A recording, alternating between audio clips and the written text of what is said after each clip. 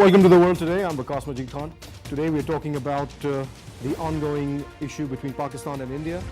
Border clashes are continuing and the death toll has risen to 16 people in the last 6 days. A very worrying situation. We'll be talking about it in detail. Our second topic has to do with the merger of Fata with KPK, a very important landmark bill that has passed in the National Assembly. We'll be talking about that in detail as well. Let me begin the conversation. I'd like to introduce my guests in the studio. Joining me for the conversation today, first of all, we have Mr. Maroor Gillani, who's a journalist, and with him we have Dr. Abid Abassi. Thank you, sir, for being here. Maroor Saab, I'll start with you. First of all, the mortar and gunfire battle that is going on between the Pakistani and Indian forces along the line of control in the Kashmir region has now taken the death toll to 16, and the confrontation is still going on. We've also called the High Commissioner of India to lodge a very strong protest. What's the next step, sir? Now, where will we go from here? Well, it is very unfortunate that at times and again India has resorted to such kind of bombings on the civilian population. Yes. So this is a strange kind of conflict where the target are civilians. So on both sides of the line of control, there are Kashmiris. So Kashmiris are facing the brunt of Indian aggression, and it's not only that people have been killed. It's very sad and unfortunate, but almost some 80,000 people. They have had to run away. They have to leave their homes Yes. In Ramadan while they are fasting, and it's like a 200-kilometer of area. That's right. And it's just presents a scene from a war zone. So it's a war against whom? It's by India.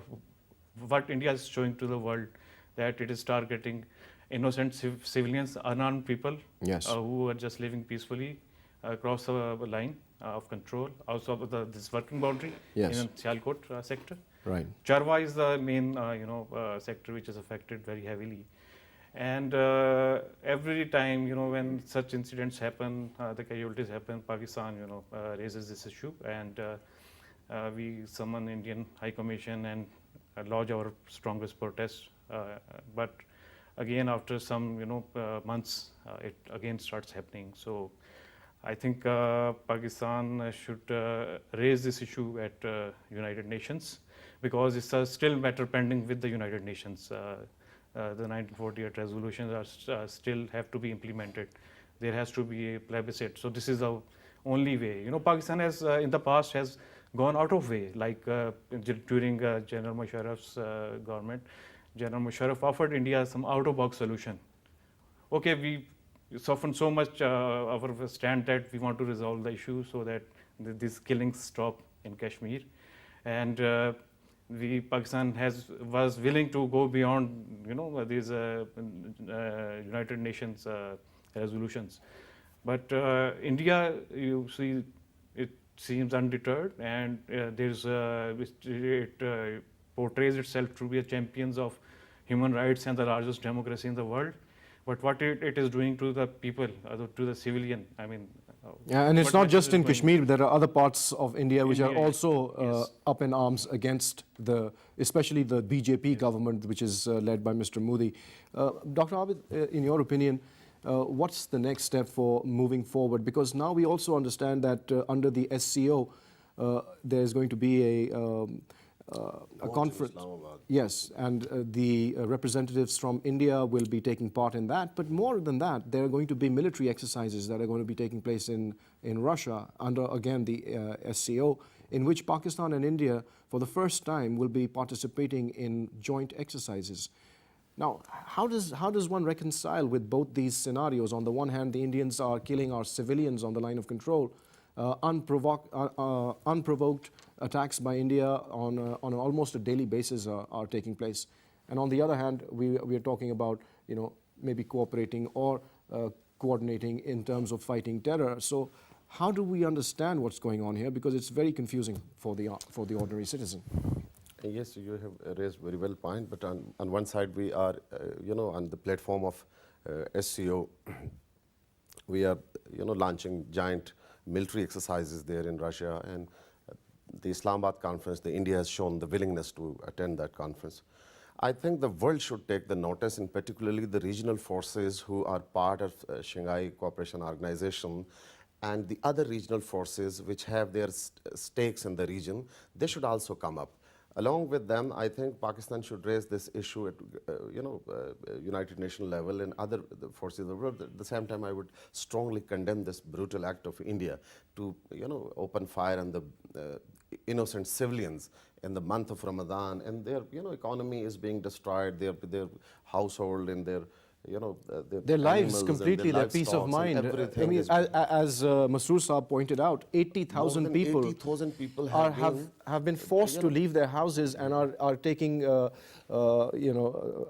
taking or are hiding in the fields. And without any announced war. These are just violations of borders and opening fires on those innocent people. I think world should also take into the consideration. And secondly, I think this opportunity is very important. Yes, Pakistan has taken this issue at various level, but I think more force should be infused in this issue. But at this Shanghai Cooperation Organization is a very important platform, and I think Pakistan should also take into consideration the other forces of the region and put pressure on India, show the people that this is the actual and the factual face of India. I think Pakistan has this opportunity now to utilize this platform, which is going, to be held in Islamabad, and Pakistan is, I think, the first, host of that conference. Or, the first time Pakistan is hosting an SCO event. Yes, and I think Pakistan should take, very forwarded steps in this regard to tell the world, and particularly to the regional forces, that what Pakistan has been facing in the hands of India, atrocities by Indians and Kashmiris for the last 70 years, they have been, facing the atrocities of India, giving the sacrifices of their lives, their economy and everything, and their right of self-determination, that is just full right of self-determination given by the United Nations, Security Council passed 2 resolutions, and those resolutions are still pending, and those people are being facing, those atrocities. And now India is expanding its atrocities in the other parts of settled areas of Pakistan, which are not disputed like Kashmir.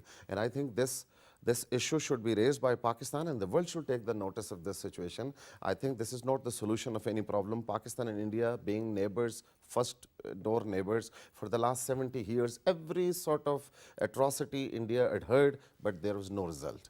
And I think now it is the time, the peaceful, peace-loving world should come forward, the peace-loving people should come forward, and both the countries should resolve this issue through negotiation. I think this is the only solution, and nobody is conflicting on this issue. Everybody is convinced that without having meaningful, peaceful negotiation, the issue between India and Pakistan cannot be resolved. So now it is the time. I think it's whether on Shanghai Cooperation Organization. I think Shanghai Cooperation Organization is a newly emerged regional force, and the countries, the major countries, Russia and China, these countries are now of the view that the regional issues should be resolved by the regional forces. And I think it is a very, very better opportunity for Pakistan, better opportunity for India to sit together and engage these platforms to resolve their issues if there are some issues. And if the India is not leaving these sort of atrocities and actions against innocent people, I think Pakistan should raise its voice at every platform, especially in SCO. Well, it's a very interesting phenomena that on the Pakistani side, we have almost a unanimous point of view when it comes to dealing with India. All the political forces, everybody is of the opinion that we need to engage with India in a dialogue to seriously address our outstanding issues, especially the core issue of Kashmir. But it is on the Indian side that we find a confusion and conflicting voices, that there is a large number of intellectuals as well as military personnel who put forth the proposition that both countries must engage with each other and should talk, have a comprehensive dialogue. But yet the government, it is paying no heed to those voices in India that want to engage with Pakistan. Rather, they're engaging Pakistan in a military way. For example, what they did in Sialkot sector and what they're continuing to do on the line of control. So how can Pakistan reconcile with this dual approach of India? On the one hand, we have peaceniks that want to talk about peace, but the government is not willing to listen to either them or anybody else on this matter. What do we do, sir? Pakistan needs active diplomacy on this front. They should really be very forceful in telling the world what India is doing, and it is Pakistan's has always been willing to talk or to hold dialogue or to resume composite dialogue. It is, if you see the history, India has always run away from dialogues. Whenever these talks were resumed, and there were peace was taking place. It always on some pretext, if there's some attack or in India, so the dialogue was stalled. So it's always India which runs away from this dialogue, and it is using this force as a tool of its foreign policy, and the aggression on neighboring state, which it's very unprovoked. Our forces never have fired on Indian positions on line of control. Right. It's not only what to talk about civilians. They have even never targeted unprovoked on any military post along the line of control. But India, they whenever it finds opportunity. Now, in the recent past, we have seen reports, and these were confirmed by local people as well, that now civilians are being targeted by snipers. Yeah, snipers with small arms, and they are targeting the civilians, are killing. There was an incident of an old man who was climbing in a tree to take some fruit off the tree, and he was targeted by a sniper and ended up dead. So this kind of aggression being shown by India, how can Pakistan counter it, sir? Earlier you mentioned that there are some divergent voices regarding this issue in India. India is a big country. There are divergent kind of races or communities are living there. If we talk about Punjab, the situation is totally different. Rest of the areas and rest of the parties. As far as Modi Sarkar is concerned, Modi government is concerned, he is an extremist government, I must say it, because Modi or the BJP is using this mantra against Pakistan to muster their support. They feel that on ideological front and even on the political front, they feel that this is the right way to get some sort of into the news or into the power by using this rhetoric against Pakistan. One thing the Indian government is initiating all the time these atrocities. It was not initiated by Pakistan, rather it was never initiated by Pakistan. But again, they are using this. On one side, they are using these atrocities or these high-handedness against Pakistan, and then they, raise this issue on the various fronts of world fronts that Pakistan is, supporting Kashmiris. They call them, the freedom fighters. We call them. Then they are actually freedom fighters, but Indians are calling them terrorists, or blaming Pakistan that Pakistan is interfering in Kashmir and giving, sort of support to those Kashmiris. But actually, again, I must say that Pakistan's stance and Pakistan's view on the world front has not been listened properly. Rather, we fail to sell our narrative, our point of view effectively to the world, that what actually is being happen in Kashmir, what actually is being happen in Balochistan, that India is interfering in Pakistan, Kulbhushan's issue, or there are so many other issues. Even in Karachi, there were reports that India has been using, the high-handedness against Pakistan to destabilize the economic hub of Pakistan, that is Karachi.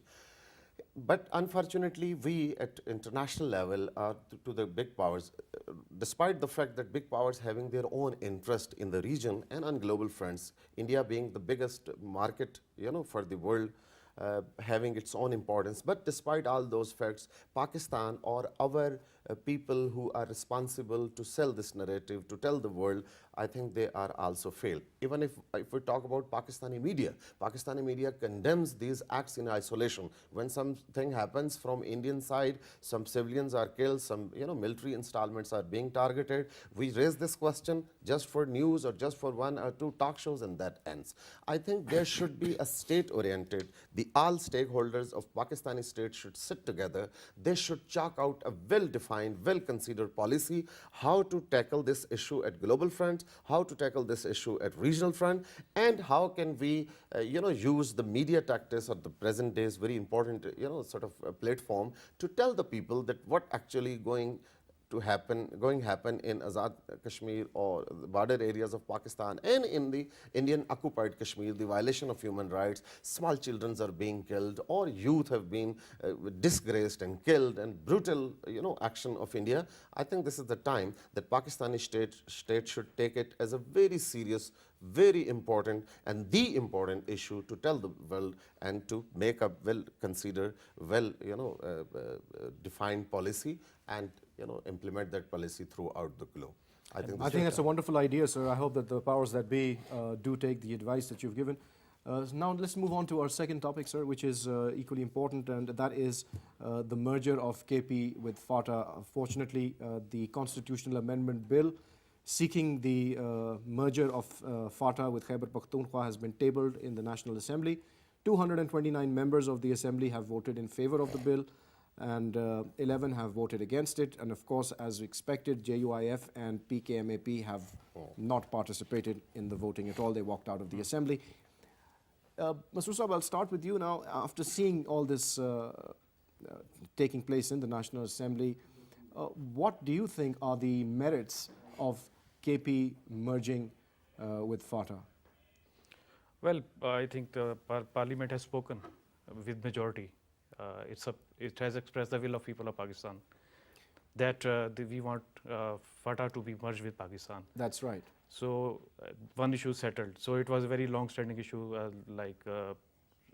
You remember we used to Article 1, Yes. Defined Fata as not a part of Pakistan. as not a Pakistan, and we used to normally call Fata as others' land. Yes. In Urdu, Alien it's area. Alien area, Ilaka Ghair. So Right. it's not like some other territory of Pakistan. It's not Pakistan. Right. But now, with the virtue of this amendment, which will also, I hope that it will be sailed through Senate, and it becomes a part of Constitution, and our federally administrated tribal areas, they will be just like any other province or any other district of Pakistan. So I think it's a very historic development. I must congratulate government and all the other political parties who voted for this amendment. So it's really a landmark, achievement or a watershed day in Pakistani politics, and it should have been done long time ago.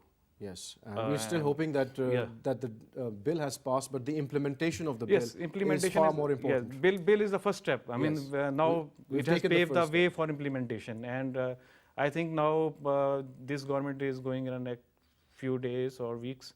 And Days now, sir. Yeah, days. And then there will be a caretaker government, which will not be as Which because has it's nothing not to their do with mandate. politics, With just politics, there yes. for the elections. So after 3 months, when a new government will be installed, so we'll see How they implement the bill. how they implement it, what are their priorities, and which government comes into power and which party forms the government, and we'll keenly observe what they say about Fata, and what's their roadmap to develop it and bring it at par with the rest of the country. rest of the countries. Yeah. We have been hearing a lot during this insurgency and this war on terror, that when Pakistan troops went into our tribal areas for the first time, and at that time even there was a 3D strategy. Was like it was deterrence was the military part, then there was dialogue with the community, and development. So development has we see many, several water supply schemes, several roads were built or schools were built, but still the things did not improve as expected. I think when this implementation phase comes, the governments who will be in power, they should ensure that it goes very according to a plan. A smooth implementation process. Smooth implementation, and it entails so many administrative reforms. Then there are financial reforms. Absolutely. And then there are legal reforms. So it's a It's a daunting task. It's a huge actually. task ahead. Yes, sir. Dr. Abid, before we continue with the Fata issues, there was a statement that the Prime Minister, Shahid Khan Abassi, made regarding Fata, and that's a very pertinent statement, sir. He said that basic facilities are more important for Fata than just the merger. And I think there's a lot of truth in that statement as well, because of course the political aspect of the merger of Fata is important in itself, but the fact that the people of Fata need to be provided the facilities that the people of Pakistan are enjoying everywhere else, that is far more important. What's your view on the Prime Minister's statement? Yes, and how Prime should it be Minister has taken? very rightly said while addressing in a public gathering. It was the inauguration of a grid station, for electricity. 132 kV, I think it was Yes. a grid station. It's very pertinent, but I want to add, it's a very important day today.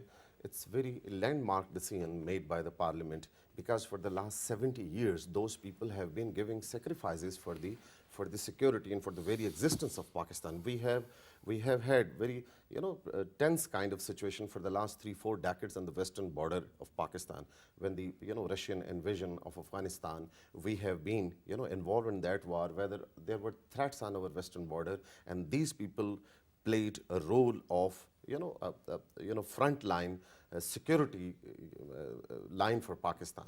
And when Pakistan came into existence in 1948, after the creation of Pakistan, these people, these tribal peoples, on request of Qaid-e-Azam Muhammad Ali Jinnah, played a very important role in Kashmir.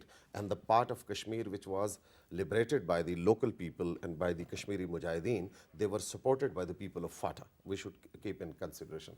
Similarly, when the Afghan issue, the Afghan war was being carried out on our western border, just in Afghanistan, and Pakistan faced the repercussions of that, these people played very important role on the request of the state of Pakistan and the government of Pakistan. Whether our decisions were very much productive or not, this is a debatable question. But these people played a very important role, being the very citizen of Pakistan. But unfortunately, we have not given them even the right of being the privileged citizen of Pakistan for the last 70 years. And they have been ruled, they have been treated under those FC Draconian laws such as the draconian FCR. laws, Yeah. FCs, initiated by the British or implemented by the British government.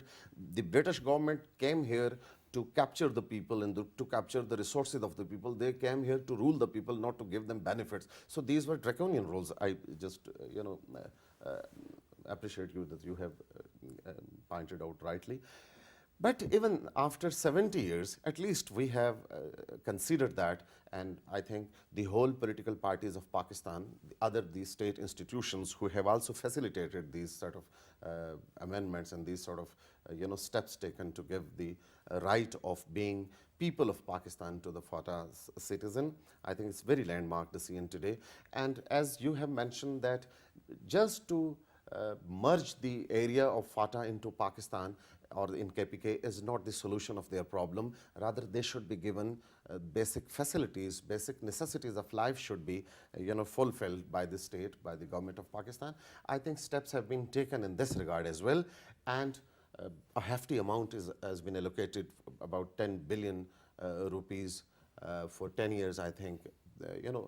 Along with the routine funds which have been given in this budget, allocated in this budget, and will continue in next coming years as well.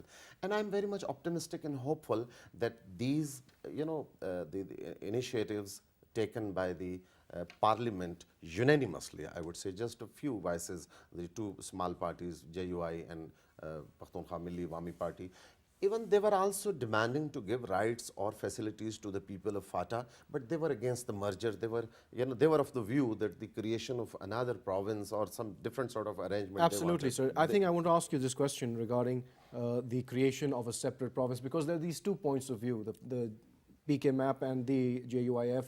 They are more in favor of creating a separate province for Fata rather than merging it with KPK. Now, MQM's Dr. Farooq Sattar, he said that he is supporting the bill for the sake of political unity, but he also clarified that their party, MQM, still believes that Fata should be made a separate province, but not just Fata. In fact, they propose that there should be 19 more provinces that should be created on administrative grounds. Now, how do you view Dr. Farooq Sattar's point of view in this matter of creating more provinces and rather not just relying on the 4 provinces that Pakistan has? Well, if people living in a certain province, they want, to create another province, so it is their right to do that. And for administrative purpose, it's good that there are smaller administrative units, administrative because it units. makes administration easier. And it's Easier, also the yes, devolution yes. of power that we're Yes. talking about when we talk about grassroots level democracy and we talk about devolution of power and local governance. Then I think these are important aspects. But it has to come through From the people. From the people via their provincial legislative assemblies. Right. First, they have to pass a resolution. Of course. That we want this- Procedural yes. issues have to be kept in mind. So I think there's no harm. It does not weaken Pakistan, but it will strengthen Pakistan if we have smaller administrative units. But it will take time. Similarly, like saying that Fata should have been a province. First, make the Fata at par with the other parts of Pakistan. Then later on, the people, they think things are going well. There are basic facility available to people. Then they might go on making another province. So it's a later stage. So no harm in this idea. But first, the first priority is to there are some people who would argue that if you make Fata part of KPK and now, then making it a province later on would become far more difficult because of the same procedural issues that are going to exist at that time. So that's where the debate is. If you're going to create provinces across the country, there are dire needs of creating new provinces. Punjab is the biggest province, holding about more than 50% of the land and 62% of the population. I think more provinces should be created, or if required in Karachi on the basis of administration. Karachi is a big city to administer. It's a difficult, the terrain is different, the demography is different, the various differences are there. But as far as Fata is concerned, I think this is a very appreciable step taken by the parliament, and we all should support them. Yes, there was some sort of demand to create, to make Fata a separate province. But their cultural, affinity with KPK, their sort of geographical location is very much, similar to KPK. They have connections, they have ethnic connections with KPK. And as a first step, yes, the issue of creating new provinces setting aside, if at the first step we have given them at least the basic status of the citizens of Pakistan, merging them into a province, I think it's a big step. It should be appreciated. Yes, in coming future, most probably the other areas of Pakistan would also be witnessing the creation of new provinces. Most probably the Fata would also be a separate province. But at least at present, it's a big step. It's a very appreciable step that has taken by the parliament. And hopefully, as I have earlier said, that I'm very much optimistic, because most probably the present political parties sitting in the parliament would be forming the new government, whether it's PTI of the People's Party, and they would implement those facilities. Absolutely, sir. I will come to this point later on. Just now we've been joined by Rahimullah Yusufzai Saab. Let's get his opinion on this latest move by the National Assembly. Thank you for joining us, Rahimullah Yusufzai Saab. What do you make of these latest developments, sir? The bill has gone through in the National Assembly. What are you expecting in the future now? I think this is a major development. It was, awaited since long. It has taken too long, I will say, but, 70 years after independence, something good has been done. Fata was ignored, and that's why Pakistan faced problems. Now this is a major development in terms of integrating and mainstreaming Fata. There will be some opposition. We have seen that already. Two parties actually boycotted, the session of the Parliament, National Assembly, but that was to be expected. We are a democracy, and there will be different viewpoints, but I think the majority has prevailed. And now I think is the more difficult stage, because implementation of all these decisions, that will be a challenge in an area which is still not, very secure. And, I think now the government and political parties and everybody has a role to play to try to stabilize Fata and also implement whatever has been decided. Well, sir, one of the things that is also of concern is whether the KPK Assembly will also pass the bill that the National Assembly has passed, because it will be a part of the process of Fata joining the Khyber Pakhtunkhwa Assembly.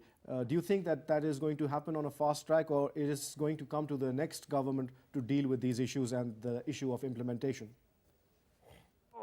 The Khyber Pakhtunkhwa Assembly in December 2016 passed a resolution demanding reforms in Fata and also demanding the merger of Fata with Khyber Pakhtunkhwa.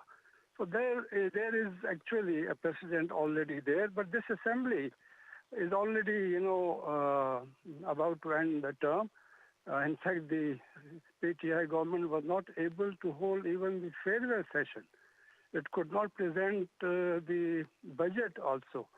And the speaker was facing a no confidence move. That's the worry and that's the fear that the PTI government could not hold the last session. So this won't happen in this government. Then we have the caretakers for 2 months, and the new government will come in. And I think whoever wins the election, they're all mostly committed to the reforms. There will be opposition. As I said, the JUI of Maulana Fazlur Rahman has been opposing the merger. They haven't really opposed all the reforms. They are mostly against the merger. Mahmood Khan Achakzai's party does not have any seat in the provincial assembly now, and I don't think they will get any seat in the next assembly also. So the opposition will only be from the JUI. But JUI will not be in the majority in the provincial assembly. So I think it will be, overcome by the majority of the seats which will be won by other parties. For taking out the time and sharing your views with PTV World. Well, you heard what Rahimullah Saab said. I think he's pretty hopeful and things are moving in the right direction. So earlier you were talking about the merger and the practical implementation of all those aspects of the bill that have been agreed to. Again, it is going to be a long process. We have the interim government in between. But once the government has been installed, how important is it to fast track the implementation of the bill? I endorse Rahimullah Yusufzai's view. He's a very seasoned journalist, having Absolutely. very much insight of those areas. Absolutely. Very experienced journalist.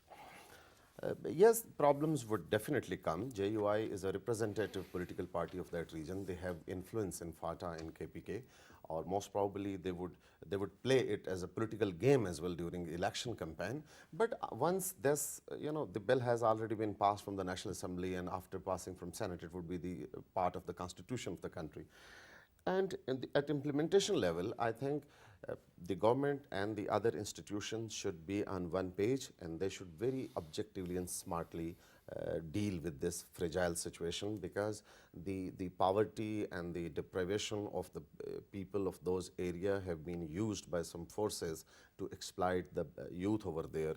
If we see the recent Manzoor Pashteen's movement, or most probably some other people would also think to use this sort of feelings over there in a negative way to mislead the people regarding the merger of Fata into KPK. I think these problems would definitely come, but at the same time, the passing of this bill would create obstacles in the way of those mindset or those people. If once this, the process starts in the Fata area, I think despite the problems, the amounts the government have, pumped Allocated. in allocation, and I am very much optimistic because, the PTI chief, sorry, who has never come to the parliament to take part into the proceeding in the recent past. Well, he came today after 2 years. He came because he knows that what are the repercussions, what are the importances of these issues. Or he came in the parliament and his party voted for the merger of Fata into KPK, and probably the similar parties would be in government and after coming elections. And I think there would not be any problem if someone is using these sort of issues as a political rhetoric or politically misleading people, or for the political gains. But I think we should be optimistic. I think there would not be any grave problem that cannot be solved or cannot be resolved through measures taken by the government. All right, let's also talk about the other issues that the merger itself is going to have in legal terms. The bill that has been passed by the Assembly, it seeks to amend Article 1 of the Constitution, which defines the country's territory. I think that is a very important amendment that needs to be made, which mentions Fata as a separate entity from the 4 provinces. Then we also have to amend Articles 51 and 106, which specify the number of seats that have been allocated to each of the federating and national and provincial assemblies. Then we also have the issue of the strength of the Senate that will be reduced from 104 to 96 members, since Fata has separate representation in the Senate. They will lose that. So that will also have some repercussions. Finally, Fata will have 21 seats in the KP Assembly. How is that going to play on with the functioning of the KP Assembly? And then Article 246 will also have to be repealed along with 247, which puts the tribal areas under the control of the president. So all these issues need to be addressed. Do you think that they will be addressed before the time of this government is over, or these issues will have to be dealt with the next government? I don't think so. It is possible at the moment because few days left. So maybe on legal side, these laws are passed in couple of days, or maybe they are part of this amendment now. But the implementation will come later. And this is, the 150 years old system we had there, and it will take at least 5 years. There should be 5-year transition period. I think there will be transition period. We should give them at least 5 to 10 years to get 5 out years of transition that. period, because gradually that and 5 step by years, step that implement 5 these years, changes. that 5 years will be 5 years if it's fast tracked and the fast-tracked, implementation yes. is taken very seriously. Yes. And during these 5 years, initially they could go for the local bodies polls, and then again this 2018 general election. Now Fata will be taking part. I think after 1 year. In this, after 1 year. Probably after 1 year, Yeah, the sure. elections would held at Fata. At Fata, yes. Because the governor's, prerogatives or the president prerogative would be demolished after passing of this bill. And then in 1 year, the elections would held for those 21 seats you have mentioned allocated for Fata. And there's similarly 12 seats for National Assembly. I think those National Assembly elections would held along with other areas of Pakistan, but the provincial assemblies elections would be held within 1 year. And then there's question of financial resources. The Reforms Committee, they had proposed 3% of the divisible pool For Fata. For Fata, like it translates into 90 to 100 billion rupees for the next 10 years. So it's a huge task before. 1,000 billion rupees yes, in 10 years. 10 years, yes. So that is definitely a daunting task ahead, and we wish the incumbent government and the people of Fata actually that this happens on a fast track, and whatever their hopes and aspirations are they come to fruition. I just please. want to add one thing that Rahimullah Yusuf said that there is still, there are some pockets where the unrest is still present, but we should credit our security forces, all the men and our officers who have made it possible, to have Absolutely, this it is happen, because they have largely a peace has been created. Wonderful achievement Yes. by Pakistan's armed forces when it comes to bringing peace to Pakistan over the Not only in over the Fata, but past also in 5 Pata, yeah, when in all Sawat and across the other areas, country, when they across made the- settle areas. all across Security the has improved a country. lot, and it has been endorsed by even international observers. that- Absolutely. So we must give credit where credit is due.